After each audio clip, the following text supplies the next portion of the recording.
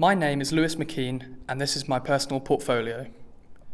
In this portfolio, which includes both television and radio aspects, I will showcase some of the content I have gathered and produced over my second year of sports journalism at the University of East London. Throughout the year, I have been involved at Dagenham and Redbridge Football Club through the filming of their home games for the BT Sport Vanarama National League Highlights show. The television aspect of this portfolio will include Dagenham and Redbridge content to showcase my access to a historic club like Dagenham. To start off, Dagenham manager John Still shared his thoughts on his side's 4-0 home defeat at the hands of Tranmere Rovers in early March. Still also gave his thoughts on the East London side's financial woes this season. Glyn Hopkin, director of the company, resigned in February, leaving the Daggers with no funding and needing to resort to the sale of players and fundraising around the club just to stay afloat. First half, I thought we missed 2 open goals. I think 2 headers should have put us in front. Second half, and I thought we were better than them, that's my opinion. Second half, they were better than us. Listen, it's a difficult time for everyone at the moment, I'll be honest. It's really difficult. Trying to keep focus and trying to keep people's heads up. It's just a difficult time. But we worked really, really hard, and in the end they were better than us. You know, the situation we're in, you know, it's so difficult to keep the motivation levels up. It's really, really difficult. But as I said, we take our chances. It's a different game in the second half. You know, we can come out in the second half and we haven't got to be adventurous. We've got to be solid and disciplined. It's a different game in the second half because we want to win, we don't want to draw. There's only one team won more games than us at home, which is Tranmere. So, you know, we want to attack, and we did, we felt we did.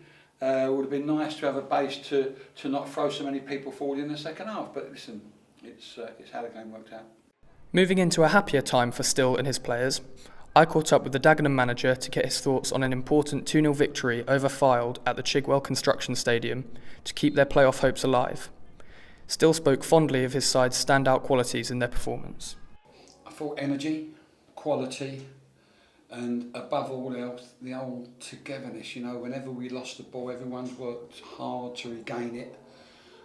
Give Fylde, they're a good side, high scoring side as well. Give them very few goal scoring opportunities. When you think they're a side, I think on a couple of occasions scored 6, 7. Give them very few goal scoring opportunities.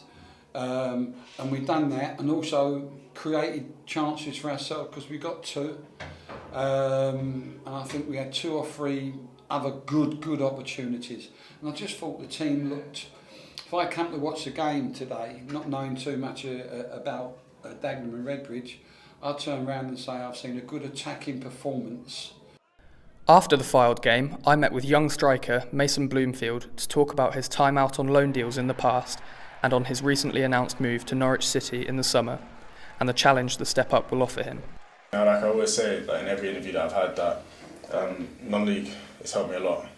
It's helped me a lot. Getting released at 18, obviously at the time it felt like it was the world over, but no, definitely it's helped me as my overall game. Well, basically that was purely down to just speaking to a few people in the system that knew like more about clubs, about bringing through youth players, giving young players a chance, and over there they've given a lot of young players a chance, especially this season. So it's pretty much an easy choice. It's a big step up, definitely, but I feel like with the training and being in and around the system with the boys and training at that level every day, I mean, it'll take me a little bit to get used to it, but I reckon I'll be thereabouts. Speaking to potential player of the season, Fajiri Okunabiri, also after the Fylde game, I got his thoughts on their performance. I was playing in a bit of a different role today, playing just off Mason. First time I've really played there this season, and I think the way that the team gelled was really good. We flowed. I think we attacked well together, and we defended well as well, got our shape well, so I think that led to a good team performance and an all-round good day. Okunabiri also spoke of how his own personal development has continued over the season and went on to comment on the Daggers' playoff push. I think I've been working hard throughout the season on my game, on different parts of my game, and luckily it's all coming out now. It's hard really to pinpoint one thing. I think obviously the goals are going in for me at the moment, but I've always been confident in my finishing ability, so I'm just pleased, and hopefully I can just continue to the end of the season. Yeah, I think as long as it's mathematically possible, I think we'll keep aiming for it, you know. Having spoken to Darren Curry earlier in the season, the assistant manager has frequently spoken glowingly about Okenabiri after several games over the campaign. Faye was unplayable at times today, wasn't he? It wasn't just about his goals. I think his all-round performance, he made it really difficult for their fullback. Put some fantastic balls in the box as well. He was just a constant menace, and it's nice to see Faye back to the player that we know that he was of last season. He's been terrific. He went through a little dip after an injury, but he looks back to his devastating best again. And his 2 goals today, in particular his first goal, was a fantastic bit of skill and technique to curl it into the top corner, and then off his other foot, just a snapshot on the edge of the box, which again is fantastic technique. Moving into the radio aspect of this portfolio, I have gathered a range of content from UEL-based sports over the year. UEL women's basketball coach, Tope Ali Balogun, spoke of his thoughts on the side's strengths and how their season has gone. I think we have a lot of talent on the roster. I think that helps a lot because we could say hard working, but we got a lot of talent on our team, and it helps in the moments when it's difficult. The people can just step up, knock down shots.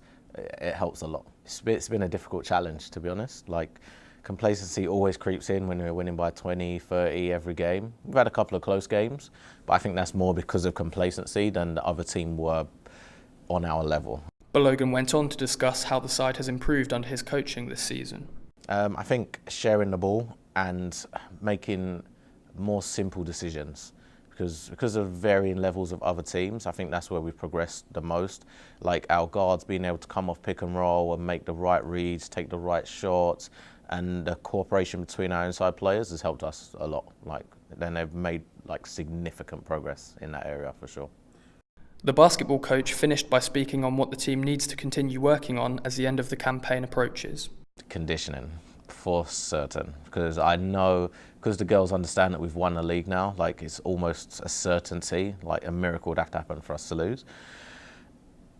Them staying in shape is going to be really important. We do have 2 more games, but knowing how people are, it's just natural. Oh, we've won the league, let's take our foot off the pedal, let's not do as much work, and they'll get a bit lazy. So it's my job, I guess, and their job too, to make sure that they stay in shape. We have to be up and down in practice, we can't be lethargic or anything like that, otherwise we won't be ready the next time we play Bournemouth. Moving into women's football now, Sophie Le Marchand, Leyton Orient women's striker, spoke of the team's aim to win all of their upcoming games against Wimbledon, Norwich and Cambridge back in February. Win all the games, get all 3 points against all of them. We know that the Wimbledon game will be extremely tough, but I'm hoping there won't be snow this time and it'll be on our turf and we might have a few fans supporting us. So I think that'll be a completely different game to the away leg. Norwich and Cambridge. Norwich we've beaten comfortably before. We know they're a good side, but they're also in a relegation battle, so they're going to be fighting for it, but I feel confident that we should come out with 3 points against them. Cambridge, don't know so much about. I was actually not here for the first game of the season when we played them, but I hear they're defensively a very strong side, so it'll take quite a lot to break them down, so we're up for it. Finally, I got the thoughts of Jefferson Williams, UEL women's volleyball coach, after their disappointing semi-final cup defeat at the hands of Durham University, on how he and his side were feeling. I'm assuming if they're as disappointed as I am, then obviously extremely. I don't know if I'll be able to sleep tonight because obviously I'll be replaying the game in my head and reflecting on things that I could have done better. And so I feel sorry for the girls because I know that we had a vision, and unfortunately we came up against a team that probably dominated us with one player because it's a number 16, one of the middles that we just couldn't stop, even though we knew what they were going to try and do. She was close to 100% success in her spiking, and that shouldn't happen especially when you're getting 2 blockers up. So Yeah, we're going to be disappointed because it wasn't the best performance from us, and I think you know, it could have been a lot better. You know, they played well, but I said we had the scouting report. We knew what they were going to do. Okay, they played pretty much off 3 players, the 2 middles and one of the outsides. You know, but so we knew what we needed to do, but we just didn't do it consistently. I hope you enjoyed this snapshot of my year of sports journalism. I'm Lewis McKean, and thank you for watching.